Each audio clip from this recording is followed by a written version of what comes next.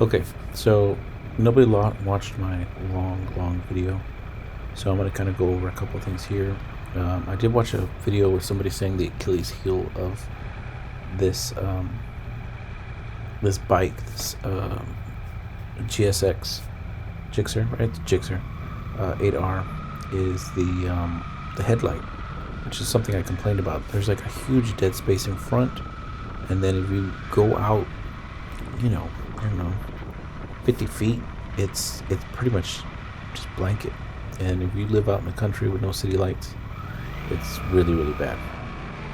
Luckily for me, I drive highway to work all the time and home from work, which is all highway, so I rarely am out there without the highway. But there's a couple of spots here and there in the highway that are completely dark, and going 70-80 miles an hour on the highway is, you're not going to see anything in front of you. If something is there, you just can't see it. There's just nothing to see. So that's one, like, people don't like the way it looks, but at the same time it's not that great as far as like going out. And it's super bright, don't get me wrong, it's a bright light. It just dies, it just falls off the edge.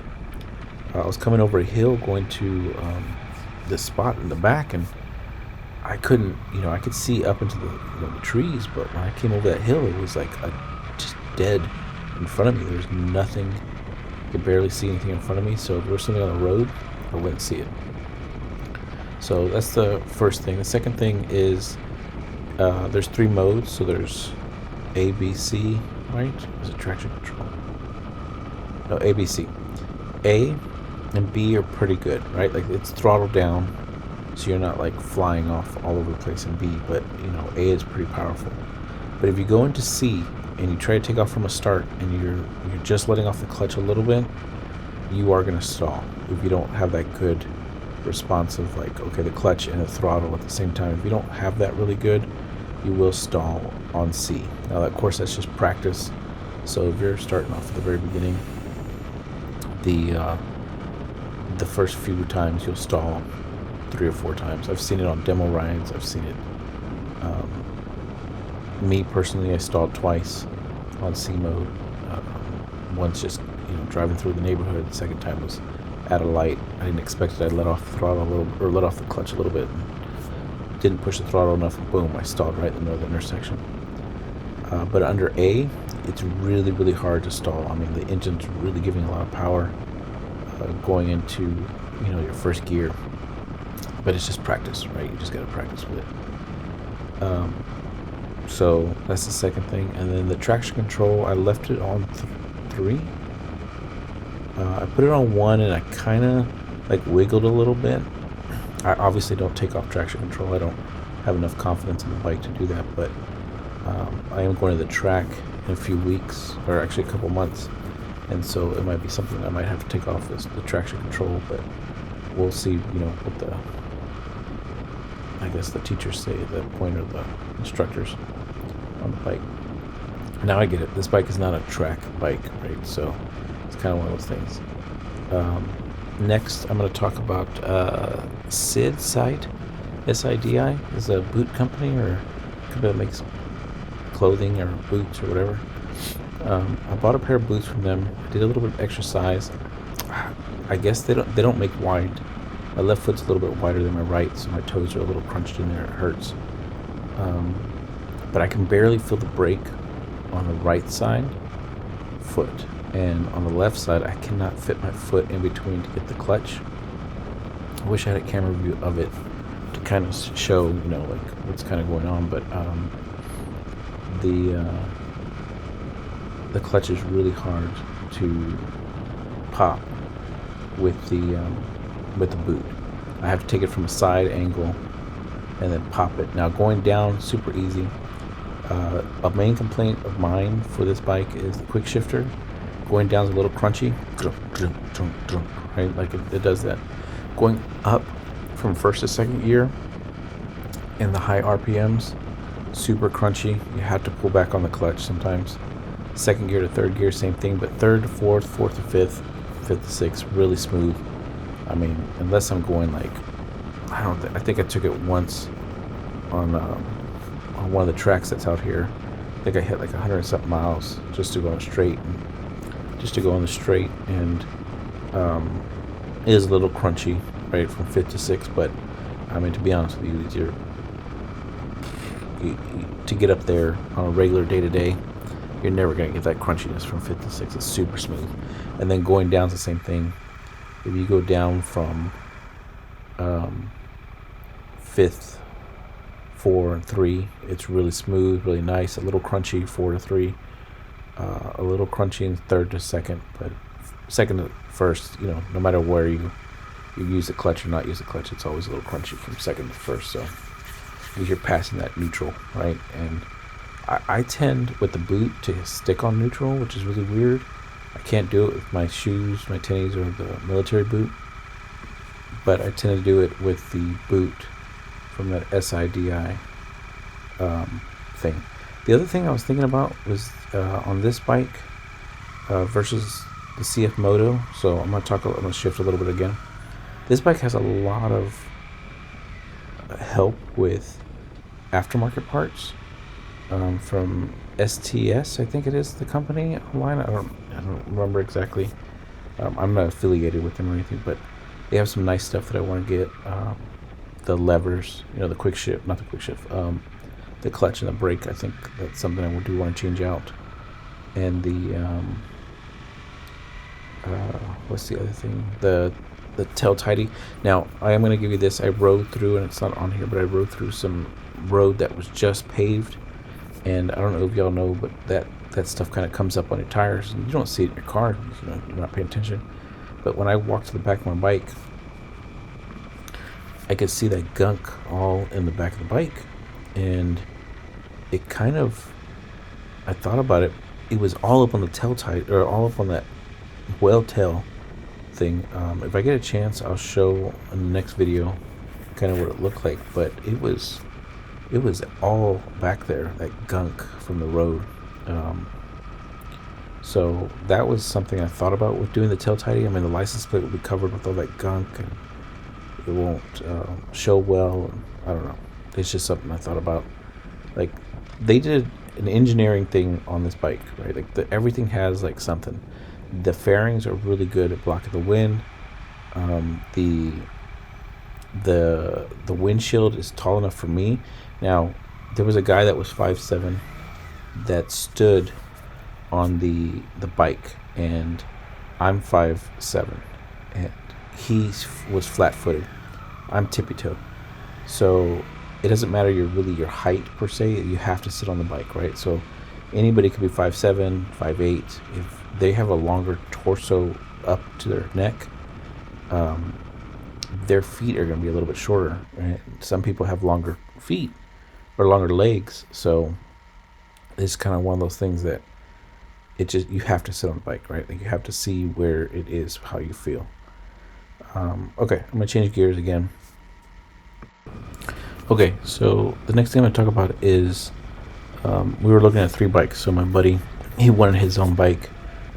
His name is Kevin, and Kevin wanted to purchase the same bike I had, just a different color. He wanted that blue and silver, and he went into the dealership, Kent Power Sports, I think it was, in San Antonio, and they couldn't make him a deal that he was looking for. He was chipping him out, right? Like, he wanted 9.5, and they weren't going to do that.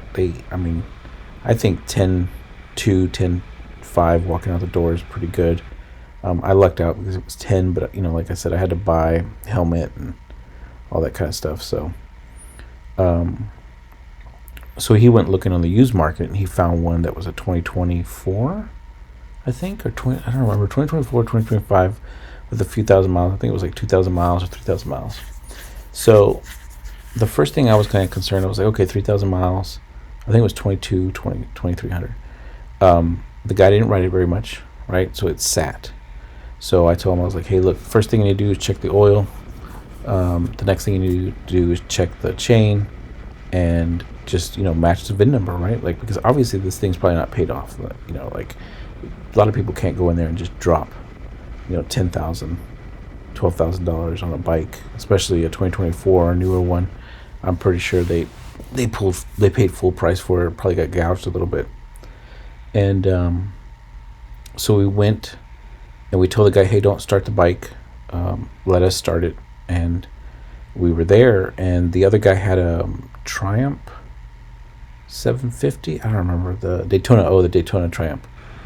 So he was like, oh, I have, the guy was like, I have 3 bikes and I don't really ride this one that much. And he goes, this was my day-to-day type of thing from, from work to the store or something, or from his house to the store or something. I can't remember exactly. And so he didn't ride it that often. And he had another bike that was a Yamaha, I think it was R7. And he said he really liked that one. He rode that one a lot around town or to work. And then he had the Triumph that he's been riding quite a bit. So, it made sense a little bit, right? Like, he wasn't going to sit there and ride this bike all the time. So now we kind of go, okay, the miles are low.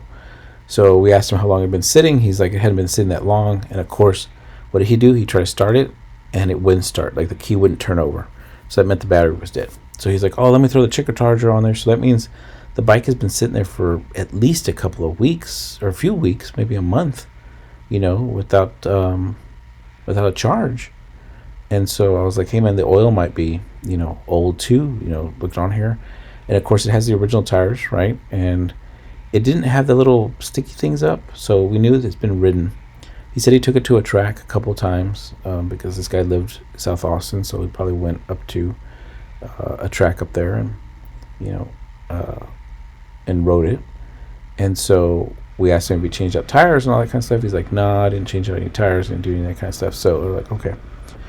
So the tires were 2 years old. I think it was 2 years. Yeah, they were 2 years old. So, he doesn't really need new tires. And then he tried to do the chain, and it was weird because the chain was a little. It's supposed to give like a half an inch to an inch, I think, of give, and it was a little tight.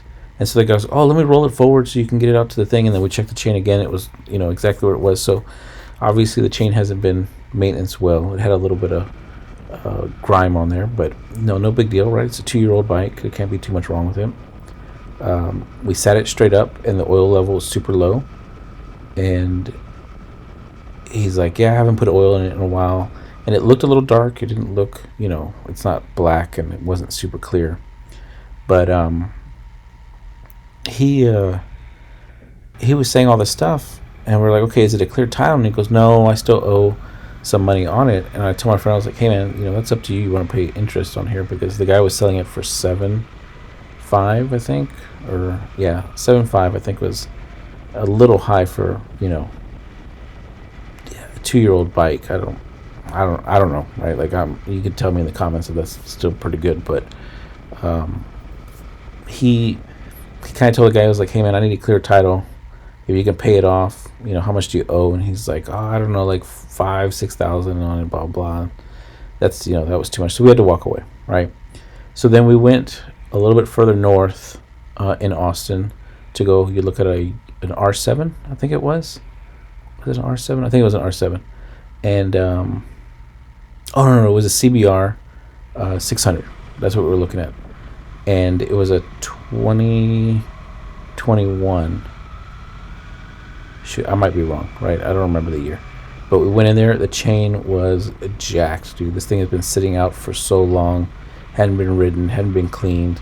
The oil was super low. Like, it was at the bottom of the line. And when he started, it sounded kind of weird. So I told him, I was like, hey, man, I mean, it was cheap, right? It was, I think it was like $4,200 or something like that for 2021. Which I guess was that 6 years, right? 4 years. If you bought it, let's say in 2020. So he sat there and he debated back and forth. He couldn't figure out what he wanted to do. He said, hey, let me ride it a little bit. And I stayed behind. I wasn't going to go ride with him because we didn't want him to think that we're, jacking his bike. So he's like, okay, fine, that's fine. I'll, there's a parking lot down the road that you can do little turns and stuff like that. I'll meet you over there. So he drove the bike to the parking lot. And me and that guy sat there and we were waiting and just talking crap, right? Just shooting the shit about bikes, and he was asking me about mine, and I was telling him, some of the down parts was the light and the tail tuck, right, or that tail that you're looking at. Right? People don't like it. So my friend went to go ride the bike. He went on the highway, took off, came back. There was like this. My friend said it was like a grinding noise, but he couldn't tell because the highway. It was windy that day. The highway was kind of loud, and so he wanted to take it to the back road. So we found a back road. He took off, and so he didn't have a good feeling about the bike. He just felt like there was something wrong or off about it. The guy had a clear title on it. We checked everything. He didn't like the brakes. The brakes hadn't been replaced. And I think the thing was the tires were still old. So they were 5-year-old tires. And I'm pretty sure at that point you got to change out motorcycle tires. Because the guy, what did he have? 4,200 miles on it, I think. Shoot, I can't remember. I really don't remember now. But it's kind of one of those things that you have to weigh out the options, right? Okay, you got to be like, okay, I need new tires. I need an oil change. I need a new, what is it called? You need a new chain, and probably some of the fluids need to be filled up on it. So I don't, right, like I have no idea what he was thinking. And so he told the guy, he's like, hey man, I appreciate it. I'll call you back, blah, blah, blah. If I decide to move forward with it, which of course he didn't do it at the time. He didn't move forward. So it was kind of one of those things like he had a gut feeling. And if you have a gut feeling, turn around, right? Don't do it because you just put more money into it. Like I said, it was tires, oil, chain, whoever else knows what else was going on with the bike and the engine. So it's just kind of one of those things to think about and watch out for. All right, that's basically my story now.